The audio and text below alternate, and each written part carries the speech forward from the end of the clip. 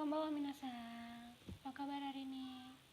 Saya berharap kalian juga dalam keadaan baik, karena saya juga senang banget kalau ngajar teman-teman yang memang semangat untuk mengerti bahasa baru. Oke, kita mau tambah lagi pelajaran kata sifat. Dalam bahasa Jepang, kata sifat itu ada dua. Pertama adalah kata sifat i yang berakhiran dengan huruf i. Contoh oishi. Nah, oishi itu adalah hurufnya o s h i double i. Itulah yang disebut dengan kata sifat i. Kemudian yang kedua adalah kata sifat na. Nah, untuk supaya kita gampang gitu belajarnya, kita pilah dulu. Pertama kita mau fokuskan dulu kata sifat i. Kata sifat i itu fungsinya ada dua. Pertama sebagai predikat. Contohnya, kono mikan wa amai desu. Amai itu manis. Itu kata sifat i karena di belakangnya ada i-nya gitu. Jeruk ini manis. Kemudian fungsi yang keduanya adalah menerangkan kondisi kata benda atau subjek. Jadi kayak diterangkan, menerangkan. Contohnya gini deh. Makanan enak ini makanan enak gitu. Bahasa Jepangnya adalah oishi tabemono desu. Nah, oishi itu adalah kata sifat ya kan? Makanan kata benda. Jadi kata sifat yang bisa diterangkan melalui kata benda. Makanan itu kata benda kan? Gitu. Nah, oke. Kita mau contohnya perbedaan-perbedaan penggunaannya.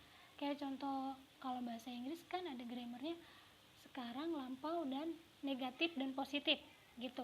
Ini juga sama dalam bahasa Jepang.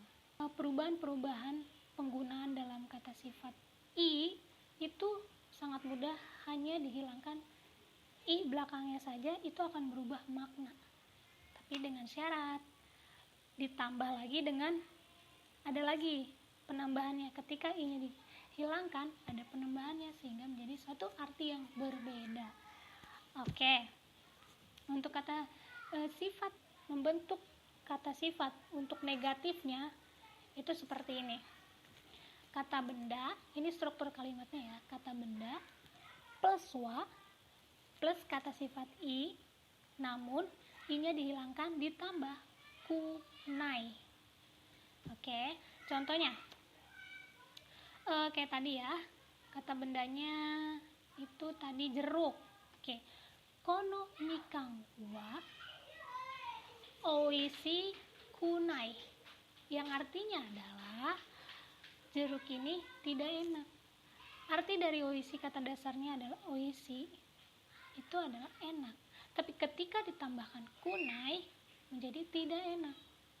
Gitu, gampang kan teman-teman? Itu bentuk negatifnya. Kemudian kalau untuk negatif lampau itu untuk kita bicara hari ini ya. Misalkan tadi kita makan jeruknya, ya kita ngomong hari ini juga kita makan jeruknya, ya kita ngomong oishi kunai. Lalu kalau misalkan kita makannya kemarin, berarti kan lampau. Perubahannya hampir sama dengan negatif biasa, dihilangkan i-nya cuman ditambah kuna kata. Tadi kunai kan? Nah, i-nya juga dihilangin lagi dari kunai itu, i dicoret tambah kata. Kata di sini menunjukkan lampau gitu. Coba sekarang kita contohkan lagi ya.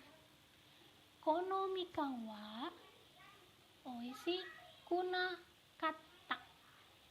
Yang artinya adalah jeruk ini tidak enak, tapi yang kemarin. Tapi kalau yang tadi sebelumnya, yang sekarang gitu. Tapi sama-sama negatif. Kemudian untuk positifnya, kata sifat i dalam bentuk positif lampau itu seperti ini. Tambah sama juga, tambah kata tapi tambah des. Itu adalah positif lampau. Jadi kita tambahin ya. Kono mikan wa yasu kata des. Tapi tidak pakai kuna ya. Tambah des saja. Tambah kata, tambah des. Itu positif lampau. Untuk positif yang sekarang itu sama seperti biasa, kata dasarnya misalkan oishi ya oishi, karena dia nggak ada keterangan lainnya, ketahuan kalau oishi berarti kita makan sekarang. Kayak misalkan konomi wa oishi desu, jeruk ini enak, tambah des saja, berarti menunjukkan kita bicara sekarang. Tapi kalau kita bicara yang kemarin, tambah kata kemudian des. Ayo kita ulangi lagi ya. Jeruk ini enak, tapi itu udah kita makan kemarin. Jadi konomi wa oishi, i-nya yang belakang dicoret, oishi kata des. Kayak gitu teman-teman, gampang kan? Nah sekarang segitu aja untuk kata sifat i ya. Kita akan lanjut lagi ke kata sifat na, karena ada dua tadi dalam bahasa Jepang, kata sifat i dan na. Tadi sebelumnya kita belajar kata sifat i, sekarang mau tambah lagi kata sifat na. Oke, kita lanjut lagi kata sifat na yang kata dasarnya bukan kata sifat i. Contoh shitsuka, nggak ada i-nya kan, jelas dari kata-katanya tidak ada i dan tidak terdengar i. Seperti itu teman-teman. Nah, kalau kata sifat na ini sedikit berbeda. Perbedaannya adalah seandainya kita menggunakan na, itu bila ada kata benda. Setelah kata sifat ada kata benda. Gitu. Contohnya, ripana hito, orang hebat. Itu harus ditambah na. Untuk penggunaan na-nya ya, tapi untuk kata sifat na itu sendiri, itulah yang dimaksud dengan kata sifat na. Digunakan na ketika ada kata benda setelah na, setelah kata sifat. Gitu. Nah, untuk perubahan kalimatnya ketika bentuk sekarang dan lampaunya, negatif dan positifnya. Kita buat dulu pertama positif non lampau yang bukan lampau. Contohnya seperti ini. Kare wa jousu na hito. Dia orang yang pintar. Seperti itu. Tapi kalau misalkan tidak ada kata benda seperti hitonya dihilangkan, kare wa jousu da. Tapak kita pakai da, bukan na. Ingat ya teman-teman, perbedaannya adalah itu. Kalau ada kata bendanya kita pakai na, tapi kalau tidak ada kata bendanya hanya menerangkan kata bendanya saja, kata sifatnya saja. Jousu itu adalah kata sifat yang bukan kata sifat i ya, karena tidak ada i-nya di belakang. Jadi jousu da. Seperti itu. Itu untuk positif bukan lampau ya. Nah, kita masuk lagi ke lampaunya, positif lampau. Oke, kata sifat ditambah data atau desta. Perbedaan data dan desta adalah data untuk positif lampau yang biasa, tapi kalau desta itu yang sopannya, gitu, yang lebih halus dari data.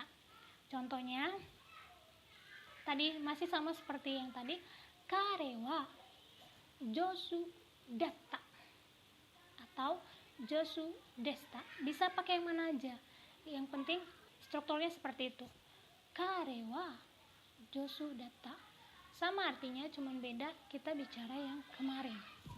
Oke, lanjut ke negatifnya. Untuk perubahan negatifnya yaitu ini negatif yang bukan lampau ya, non lampau. Kata sifat tambah janai atau jaarimasen. Jaarimasen itu bentuk lebih halusnya, janai untuk biasanya sesama teman atau keluarga gitu. Contohnya adalah kare wa jousu janai. Dia bukan orang yang pintar. Oke, kalau kita lanjut lagi, negatif lampau. Kata sifat nah ditambah jana kata atau jaarimasen desta. Contohnya, kare wa jousu jana kata. Dia tidak pintar, tapi lampau. Oke teman-teman, segitu aja ya. Kalau memang ada yang belum paham banget atau mau ada yang ditanyakan atau yang merasa kayak kurang dalam penjelasannya, bisa tulis di kolom komentar gitu ya teman-teman. Nah, jangan lupa like, share, komen, dan juga jangan lupa yang belum subscribe, tolong subscribe ya, supaya video ini bisa dinikmati atau bisa dilihat sama teman-teman yang lain dan bisa menambah ilmu. Oke, sampai jumpa, bye bye.